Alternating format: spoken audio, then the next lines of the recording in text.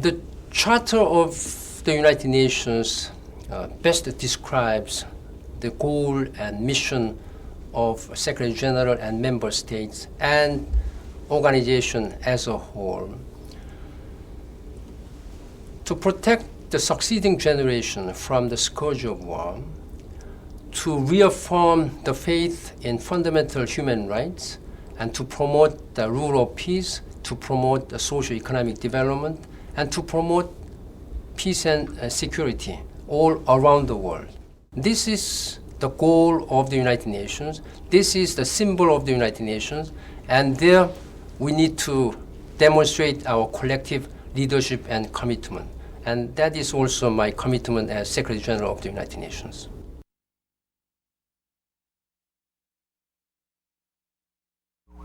It started just before 9 a.m. Eastern Time, with word that a plane had crashed into one tower of New York's World Trade Center.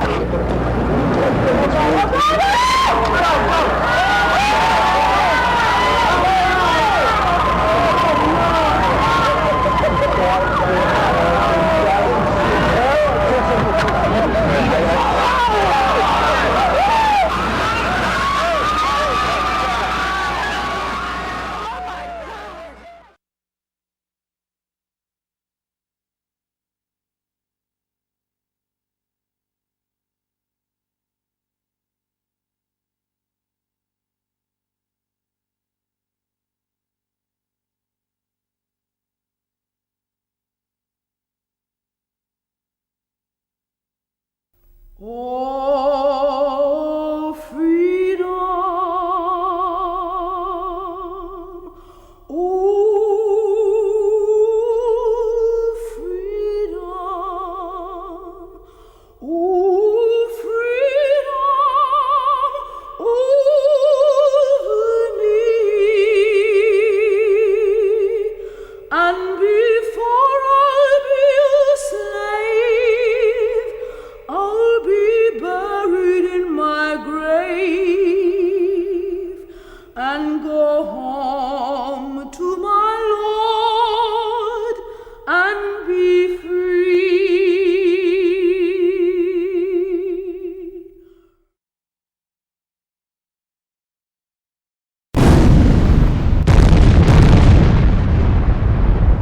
In the aftermath of World War II and on the ashes of the League of Nations, the United Nations is created in 1945 at the instigation of Franklin Roosevelt. The 51 original members signed the UN Charter in San Francisco. Its first Secretary General, Trygve Lie, takes office in 1946 at the beginning of the Cold War, which will paralyze the organization. Dag Hammarskjöld succeeds Lie in 1953 but dies in office in 1961. His successor, U Thant, is faced with the threat of the Cuban Missile Crisis. Kurt Waldheim follows in 1972, and 10 years later, Javier Pérez de Cuellar, both of whom try to mediate difficult conflicts. When Boutros Ghali takes the reins in 1992, the Cold War is over, and the UN has an enhanced capacity to maneuver in ever-increasing spheres of action. Its role is reinforced by Kofi Annan and then by Ban Ki-moon, who becomes Secretary General in 2007. The UN comprises 6 main organs, including the General Assembly and the Security Council. There are currently 192 member states. Its headquarters are in New York, with agencies spread throughout the world. In spite of the many badly needed reforms, including that of the Security Council, which still reflects the situation at the end of World War II, the United Nations continues to strive for a better world through its efforts in the areas of peace, development, and human rights.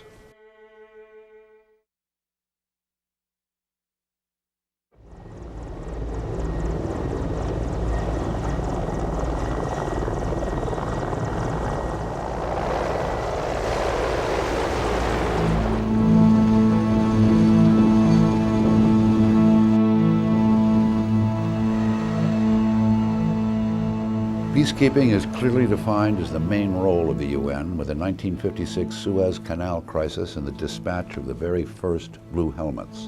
In 1960, UN forces intervene in Congo, and 4 years later on Cyprus, where they are still present. Throughout the 70s, UN involvement is limited to the Middle East. During the following decade, its role evolves. The UN no longer restricts its interventions to maintaining the peace, but is called upon to nurture states toward independence. But the end of the Cold War in the early 90s triggers the main departure from its role of peacekeeping. UN missions are established worldwide in Iraq and Kuwait and Somalia, in Croatia and Bosnia after the breakup of Yugoslavia. This period is also marked by the first missions to rebuild nations devastated by conflict. Peace building in East Timor, Cambodia, and Kosovo. Today, the UN has dozens of peacekeeping operations throughout the world with more than 100,000 blue helmets. Their numbers are too few, but any decision to deploy UN forces always depends on the Security Council, that is, on the goodwill of the member states.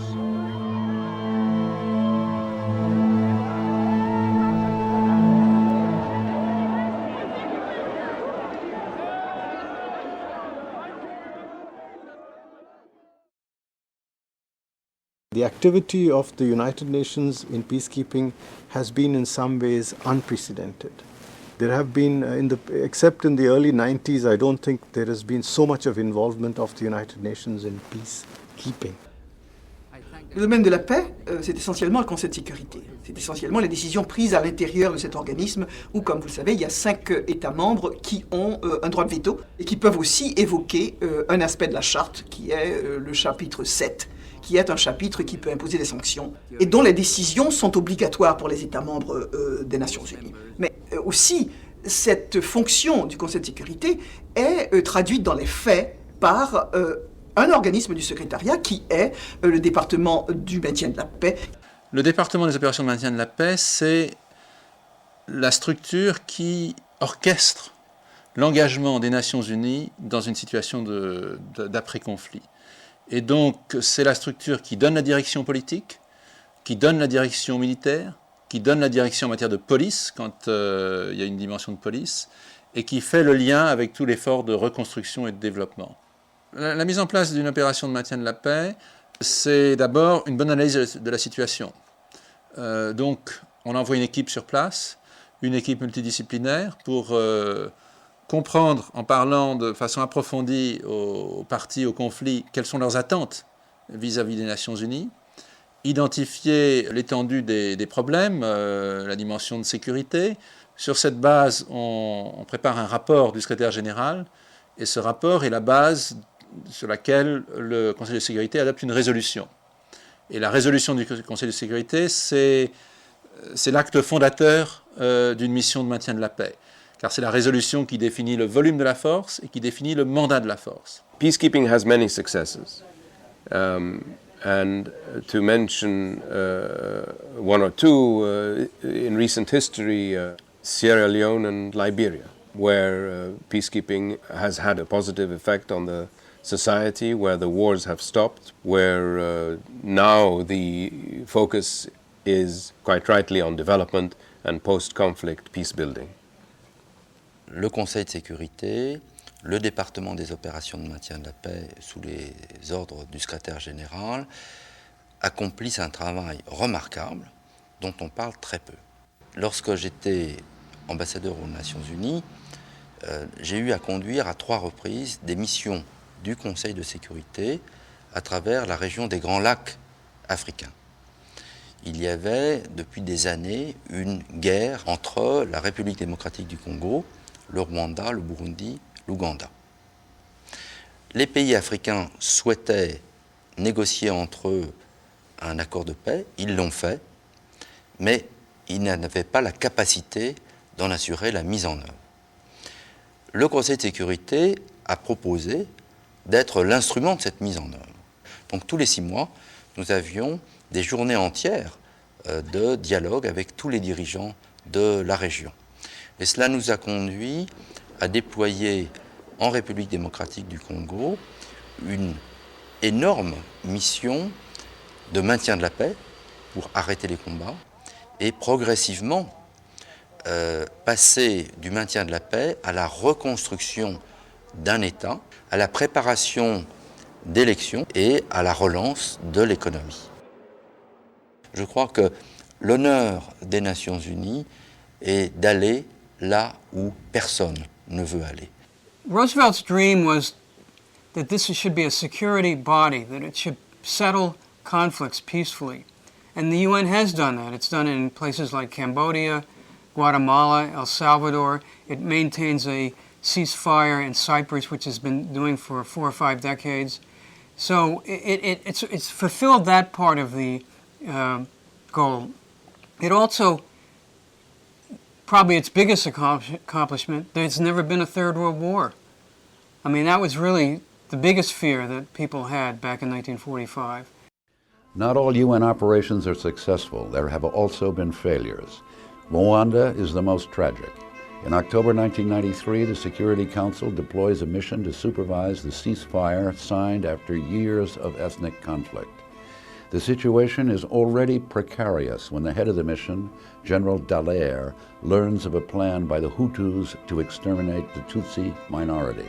He informs New York by telegram on January 11, 1994, but he is ordered not to intervene. On April 6, the plane carrying the presidents of Rwanda and Burundi is shot down.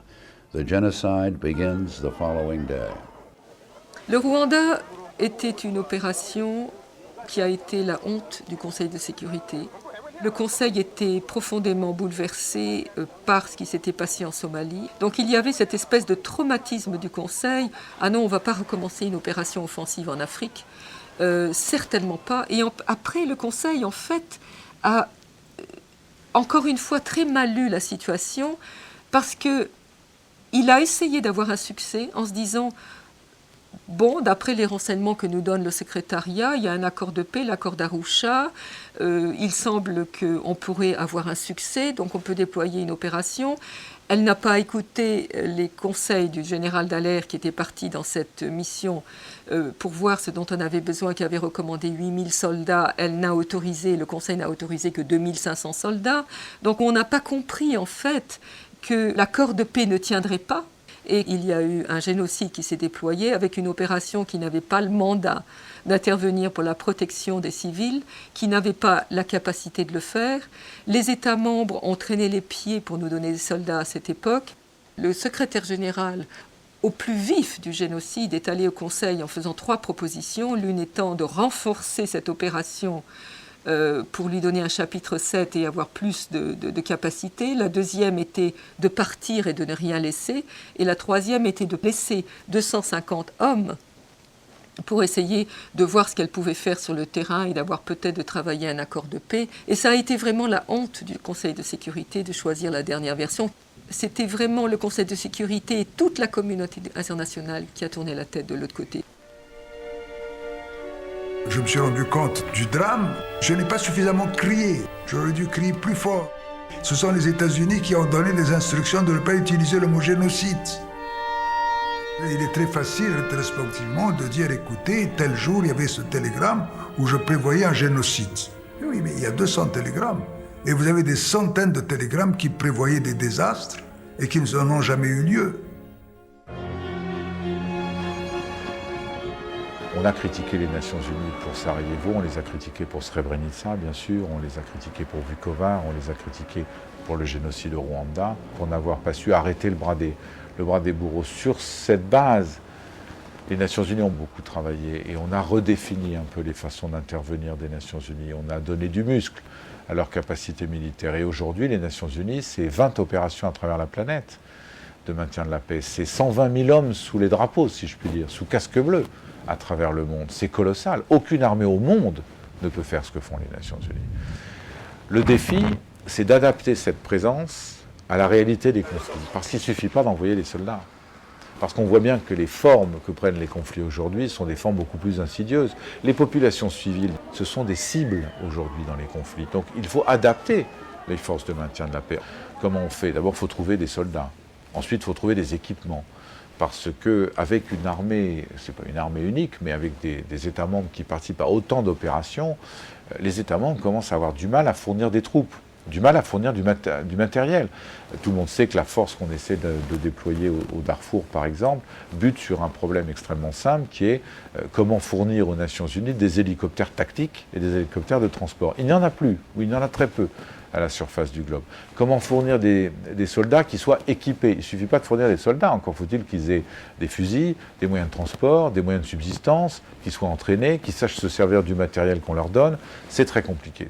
The UN does not have troops at its beck and call. We have to go begging and borrowing and pleading with member states to lend us troops. The Security Council will adopt a resolution and ask the Secretary General to send 35,000 troops to country X. And then it'll take 6 months to provide the troops, sometimes longer. The problem here is that there are countries that are eager to provide troops, but don't have the equipment. And then there are the rich countries who have the equipment, who are reluctant to give the equipment. It depends a lot on the political will of member states. The idea of the UN having a rapid reaction force, or even what Boutros-Ghali, Secretary General Boutros-Ghali used to talk about, a standing army. But I don't think we're going to get there yet. But at least a rapid reaction force, so that when the force needs to intervene to stop a genocide, God forbid, or stop, large-scale massacres, that it can do it quickly and forcefully.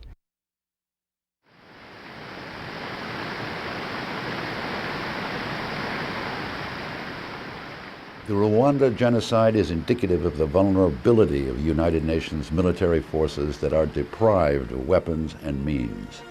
They serve mostly as a dissuasive moral influence.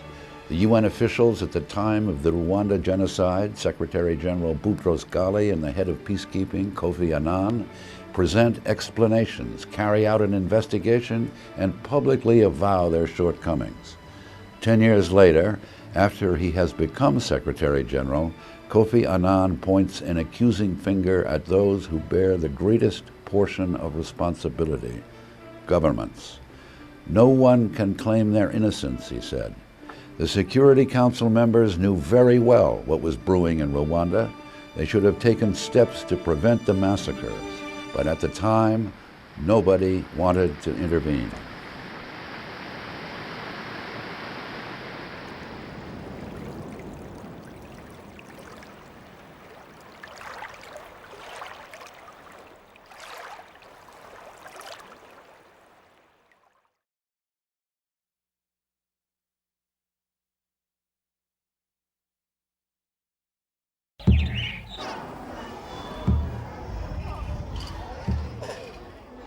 Early on, the UN is concerned with economic and social issues only in as far as they relate to cooperation. But at the end of the 50s, when the newly decolonized countries from the South join the United Nations, development aid becomes a priority. The first development decade is launched in 1960 to bolster economic development and reduce poverty in those new member states. The World Food Program, whose goal is to fight hunger, is created the following year. The UN Development Program follows. The wars, crises, and emergencies of the 1970s take precedence over development goals. Other UN programs are launched, but the economic crisis and food shortages have worsened, and hunger, more than ever, rears its ugly head. In today's world, a child dies from hunger or illness every 5 seconds. Sur le développement, je pense que les Nations Unies agissent comme un compas moral, autant qu'ils agissent au jour le jour sur le terrain de façon très concrète.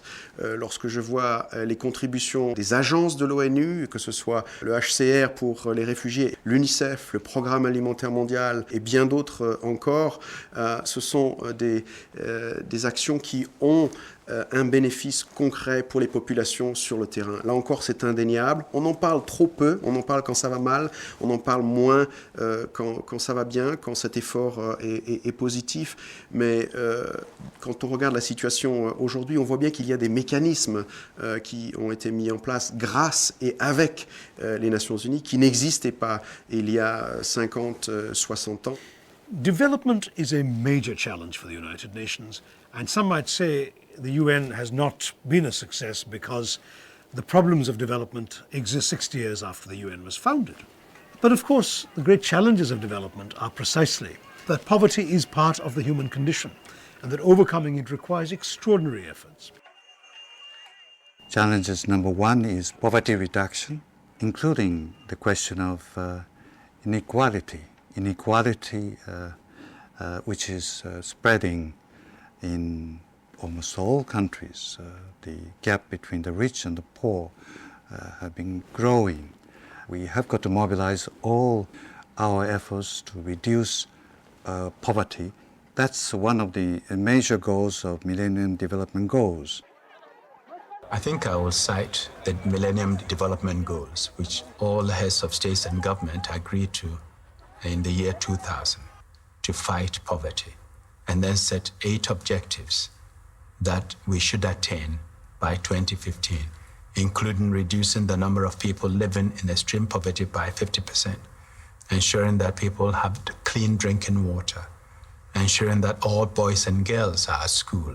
And we are also, of course, encouraging governments to take measures to protect the environment. What is remarkable about the Millennium Development Goals is that it's been embraced by everybody. Governments have embraced it, all the international institutions, including the World Bank and IMF, and NGOs. So for the first time, we have a common framework to contain poverty, and I think that's quite an achievement.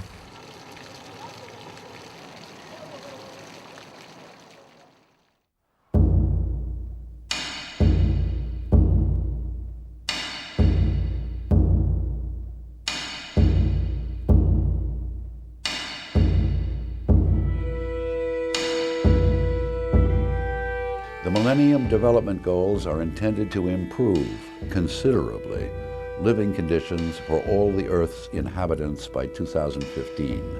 But the serious financial crisis and food shortages of recent months have thwarted many of these efforts and altered priorities. And the United Nations understands that it will be impossible to meet these goals by 2015. That is why a large part of the UN and its agencies are concentrating on the most urgent: hunger, health, and education. And more recently on global warming, which Secretary General Ban Ki-moon has made one of his priorities.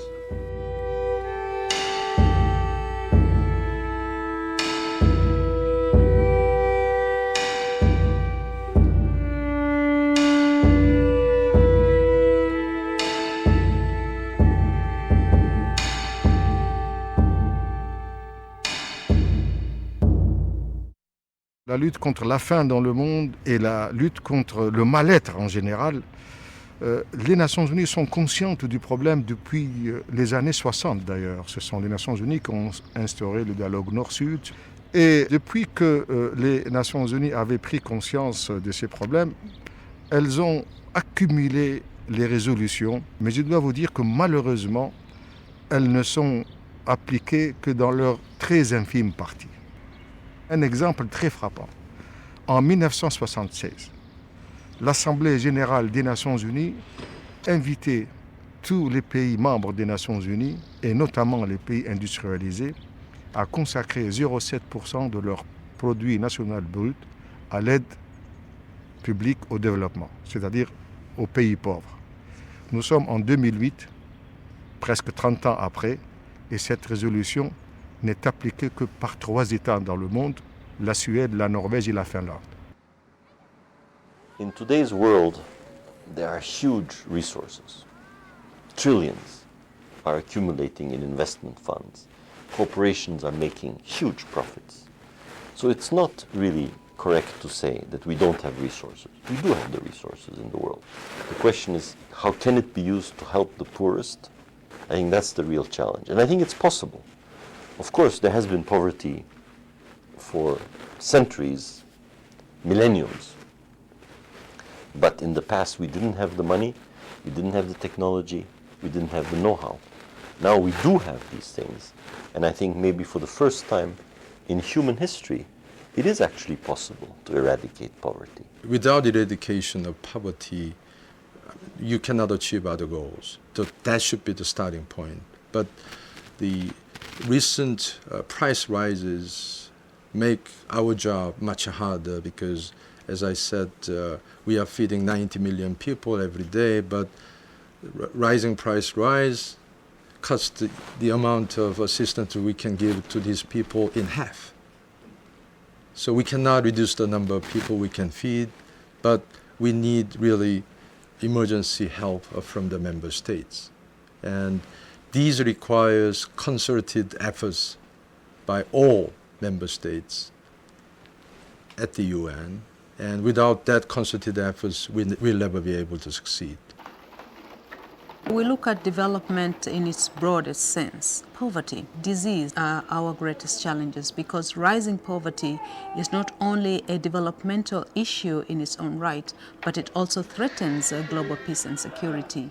We talk of diseases like HIV and AIDS, tuberculosis. These are diseases that know no border, let alone other epidemics which erupt from time to time like Ebola and the rest. So you find that we have a very big challenge there. The AIDS epidemic is perhaps one of the greatest crises facing mankind, or at least our generation. Here in America and in Europe, HIV/AIDS is a curable disease for most people. In Africa, it's a death sentence. Unless we take steps to arrest and then turn around the epidemic, we are going to have very, very serious problems in Africa. But the disease is not only hit in Africa. Africa is the hardest hit. It's spreading fast in Asia and in Eastern Europe. We often worry so much about weapons of mass destruction, weapons that can kill thousands at a time. AIDS is taking away millions at a time.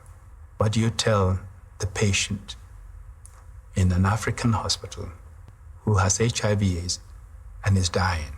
But he also knows that there is medication that could cure him, only if he had money, that the rich do not die, but he has no choice. And this is why I push very hard for us to establish the Global Fund for AIDS, Malaria, and Tuberculosis.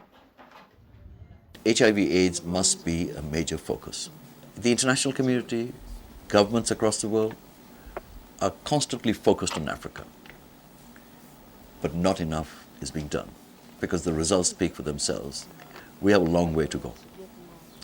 So we made major investments in Africa through an initiative, a range of initiatives, including something called the mother-to-child transmission of diseases, where we brought together a coalition of foundations so they would invest themselves directly in countries in Africa. Botswana has one of the highest rates of HIV transmission. And the good news is the government is taking the lead and saying, we need to address that. Thank you for helping us. Now we have to make it sustainable. And there are a whole range of examples we can give you where the local people are being empowered. It doesn't mean that the problem is just disappearing overnight. It is a long haul, but we do expect that the next decade there is some light at the end of the tunnel.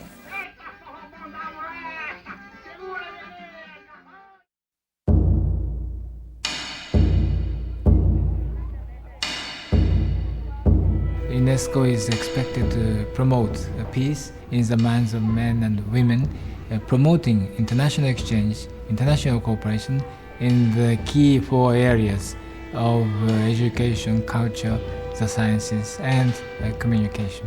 We are the advocates of the right to education. All human beings, all children and young people have the right to education.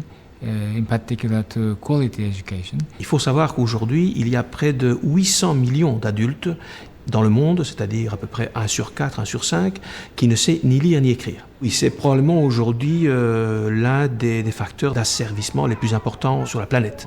Là où nous voyons qu'il y a encore des grands écarts d'alphabétisation, c'est pas simplement entre le nord et le sud, c'est aussi bien au nord qu'au sud, entre hommes et femmes.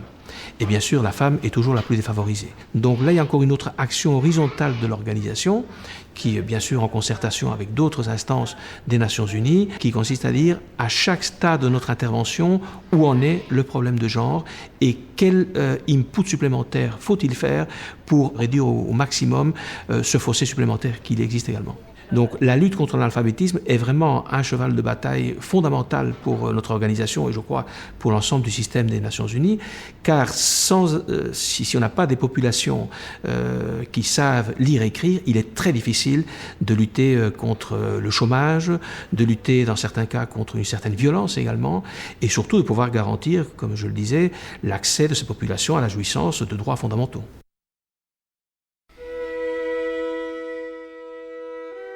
Aujourd'hui, les Nations Unies ont énormément contribué, au cours des 20 dernières années, à faire avancer le discours sur l'écologie.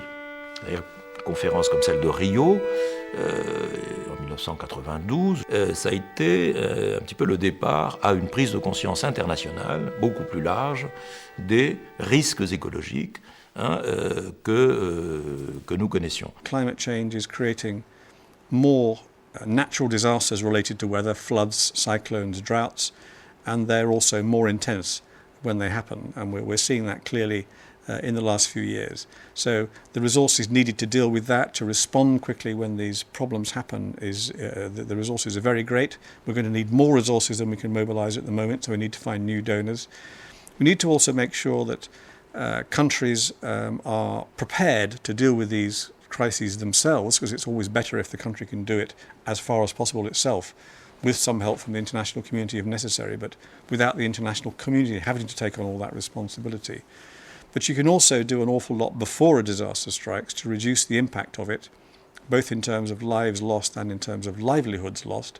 There's a whole disaster risk reduction agenda which countries need to follow to mitigate the effects of these natural disasters increasing because of climate change. Quoi qu'on pense, on est tous sur cette même planète et si nous ne faisons pas attention, nous sommes en train de la polluer de manière irrémédiable. Donc je crois que c'est vraiment l'une des toutes premières priorités. Le changement climatique est là. Il faut le traiter et on ne peut le traiter que collectivement, globalement. Si certains États s'affranchissent de la discipline collective, alors ça ne pourra pas marcher. Le niveau de la mer montera pareil pour tout le monde, de toute façon. Donc, sont un peu fous ceux qui croient qu'en ne participant pas à la réflexion collective, ils éviteront l'effet des catastrophes. It's even more important today with so many people on Earth. Now there's 6 billion people. When I was born, there were only 2 billion. And we're overfishing the oceans. The atmosphere is being filled with carbon dioxide, and we have global warming and climate change. We can only deal with these with a strong international organization. This is very serious challenges which do not respect the geographical borders. Therefore, it requires a global response. I have made it a #1 priority of my mandate as Secretary General, but I need the full support of the member states of the international community. Now, the immediate task is to agree on a globally acceptable treaty, which will be inclusive, balanced, effective, and ratifiable to replace the Kyoto Protocol. We must deliver this planet Earth to our succeeding generation in a more hospitable and environmentally sustainable way. This is our historic responsibility.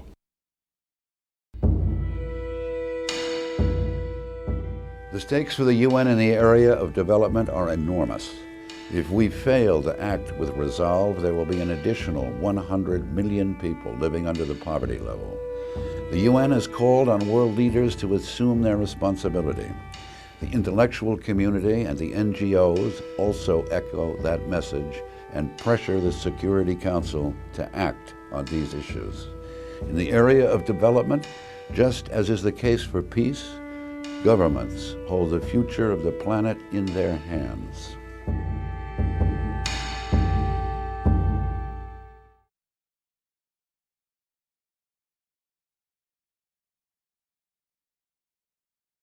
Respect for human rights is one of the founding principles of the United Nations. The first task of the Human Rights Commission is to adopt a Universal Declaration of Human Rights in 1948. It is followed by the signing of important international treaties. However, during its annual meetings in Geneva, the Human Rights Commission is increasingly hampered in its investigation of human rights violations by member states. For example, in cases of exploitation of children and violations of civic rights. It has lost all credibility. It is a failure. In 2006, Kofi Annan replaces it with a Human Rights Council that will conduct regular and mandatory investigations of every country. The Geneva-based Office of the High Commissioner for Human Rights, an independent agency attached to the Secretariat, was created in 1994 and also endeavors to ensure respect for human rights. Au moment où le secrétaire général Kofi Annan réfléchissait des propositions qu'il voulait soumettre aux États, il n'y figurait rien sur les droits de l'homme. Et à ce moment-là, nous avons fait du lobbying traditionnel et on a dit au secrétaire général, mais voyons, on y a pensé à ça. Et on a des options. Alors, pourquoi ne pas soumettre des options et un processus de réflexion sur la reconstitution d'une machinerie des droits de l'homme? Et je pense que cela a contribué à déclencher un processus qui était perçu comme un processus ouvert, où tous pouvaient contribuer. Et je pense que c'était un peu la création d'une alliance de pays intéressés qui était au-delà des groupes régionaux traditionnels qui font et qui constituent le processus de décision traditionnel à l'ONU, qu'on a essayé de trouver une nouvelle majorité. La commission précédente était parfois présidée par des pays qui ne respectent absolument pas les droits des personnes. Et c'est pas normal, c'est pas comme ça qu'on fait avancer des causes qui sont universelles. Les droits des personnes sont des droits universels, il n'y a pas d'exception. La Commission des droits de l'homme, dans ses 60 années d'existence, a produit toute une série de documents normatifs, les 2 grands pactes internationaux sur les droits civils et politiques, les droits économiques, sociaux et culturels, et tous les grands traités pour combattre la discrimination raciale, la discrimination contre les femmes, la protection des droits des enfants, des droits des travailleurs migrants. Alors, il y a évidemment la Convention sur la torture. Alors, il y a tout un appareil normatif et je pense qu'on doit célébrer les travaux de la Commission là-dessus. Où, à mon avis, la Commission a échoué, c'est que c'est un organisme qui a été incapable de se réinventer pour s'équiper de façon appropriée à vérifier la mise en application de ces normes. Et ça, inévitablement, ça demande d'interpeller les États. La Commission a complètement échoué là-dessus, d'une part parce que son approche était sélective. Et dans un environnement politique, une approche sélective, inévitablement, ça donne lieu à des accusations de double standard, de lutte de pouvoir. Et moi, je pense que ce nouveau Conseil, c'est ça la formule qui va assurer son avenir. Le nouveau Conseil des droits de l'homme a ce qu'on appelle l'examen périodique universel.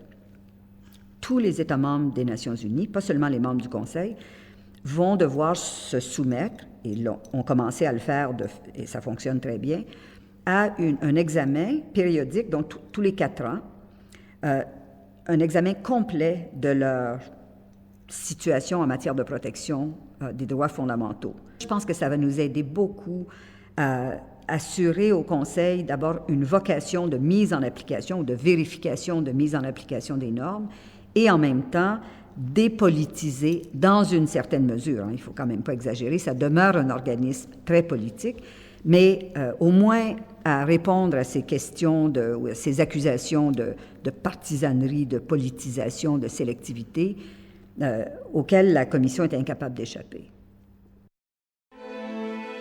The UN and human rights also means international justice. In the beginning, the International Court of Justice in The Hague, established in 1946, has scant means to enforce its decisions. It is not until 1993 that international justice is reinforced. The International Criminal Tribunal for ex-Yugoslavia is created that same year. In 1994, a similar court is set up for Rwanda. In 1999, the prosecutor for these courts indicts the Serbian President Milosevic for crimes against humanity. A landmark decision. The International Criminal Court is established in 2002.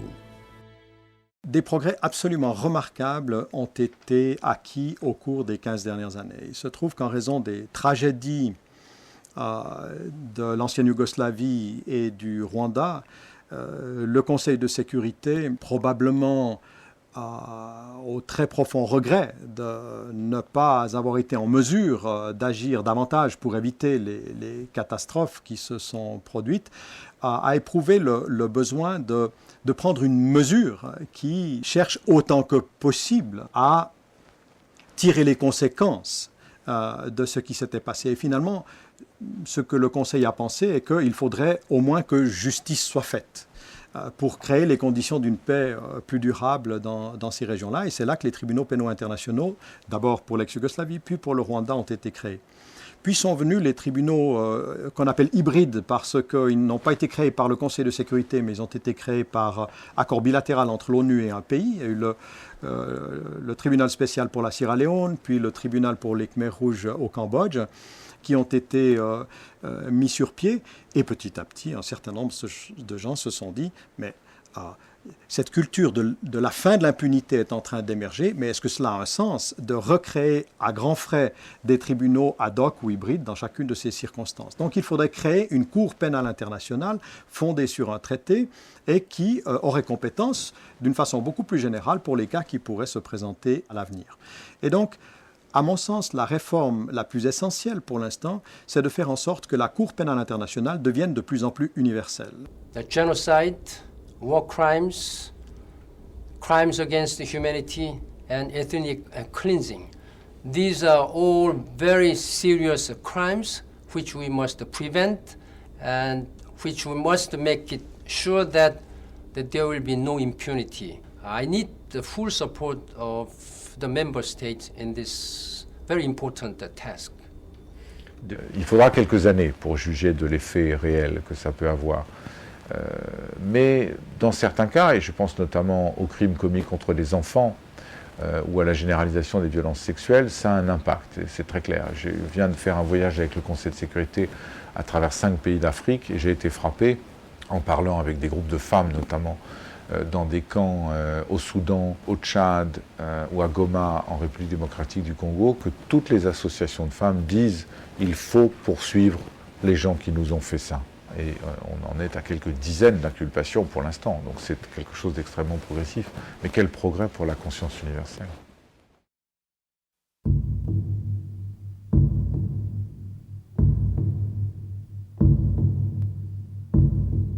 Among the numerous UN specialized agencies, UNICEF is one of the most effective. It strives worldwide to ensure the development and protection of children and their access to education and health care. It develops campaigns to inform about and to ensure the respect for the Convention for the Rights of the Child. Through close cooperation with the Office of the Secretary General's Special Representative for Children in Armed Conflict, UNICEF works to eliminate the tragedy of child soldiers. I met a boy called Moy in northern Uganda. He was trained to be a child soldier, injected with drugs, and made to raid the very villages that his family comes from, his parents and his friends, and loot and engage in all kinds of atrocities. Finally, he left the group and came to a UNICEF center. So when he met me, one of the things he said was, you know, Madam, what can I do? All I know is how to fight. I have no education. So this one big issue we face is the reintegration of these children back into society.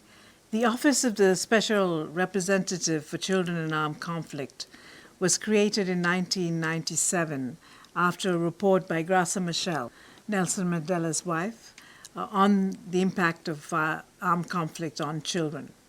And the purpose of the office is to be an independent moral voice for children. The most important work, I think, is the work we do with the Security Council, in which we monitor 6 grave violations against children. Those are the killing and maiming of children, recruitment and use of child soldiers, sexual violence, abduction, denial of humanitarian access, and attacks on schools and hospitals. So we help prepare reports for the Security Council monitoring these 6 grave violations in the situations of conflict. In addition, we help compile a list of all the parties around the world that recruit and use child soldiers, what we call our list of shame. That is also given to the Security Council. In time, we hope the Council will begin to move and impose targeted sanctions against those on that list. So working with the Security Council is to make sure that the perpetrators are to some extent held to account and punished, I think is also an aspect of our work, besides advocating on this issue globally. If the Universal Declaration of Human Rights were submitted for approval to governments today, would they all sign it? It is not certain they would. Invoking the principle of national sovereignty, many governments refuse to let the UN investigate how they treat their citizens. The area of human rights, often overridden by political interests, remains one of the most difficult for the UN. It is, therefore, all the more important that the UN continue to stress the value of the grand principles embodied in the Universal Declaration of Human Rights. I would believe that the UN is a necessary institution and that the only way to eventually begin not to solve, but to at least address the problems that affect everybody in the world, poverty, disease, environment, the pestilence of war, that must be done by some coalition of the willing. It's a kind of a time capsule of international liberal optimism, so that when you walk into the United Nations, you feel that you've stepped into some kind of hope zone. The UN is the best we've got. There's no alternative. And the challenge to all of us is to make it much better in its ability to carry out the needed help to nations and the world community. Cette tour de Babel, personne ne peut la remplacer. Aucun mécanisme particulier ne peut la remplacer. Alors il faudra la changer, il faudra la rendre encore plus efficace, mais ça reste le lieu indispensable de la concertation, du dialogue et du travail de coopération internationale. Le forum au sein duquel l'humanité peut se retrouver pour penser ensemble son futur. Les Nations Unies en soi portent une part des idéaux de tous les gens de progrès, donc je pense que, en tout cas j'espère que ça perdurera, cette vision-là perdurera. J'ai fait l'expérience en voyageant avec le secrétaire général, en allant avec lui dans des pays où les Nations Unies sont l'espoir. Et ça se lit sur le visage des gens. Ça se voit, ça se sent. Et ça, c'est le travail quotidien des Nations Unies qui fait ça. C'est les gens qui sont sur le terrain. Et il y a tant de gens, tant de héros qu'on ne connaît pas, qui travaillent au quotidien pour les Nations Unies. Que ce soit au niveau du maintien de la paix, que ce soit au niveau des agences humanitaires. On ne sait pas tout l'effort et toute la sueur et tous les pleurs et toutes les douleurs qui vont dans l'exécution du travail des Nations Unies. Et là, je crois que c'est ça qui est important. Et c'est ça qu'il faut faire ressortir.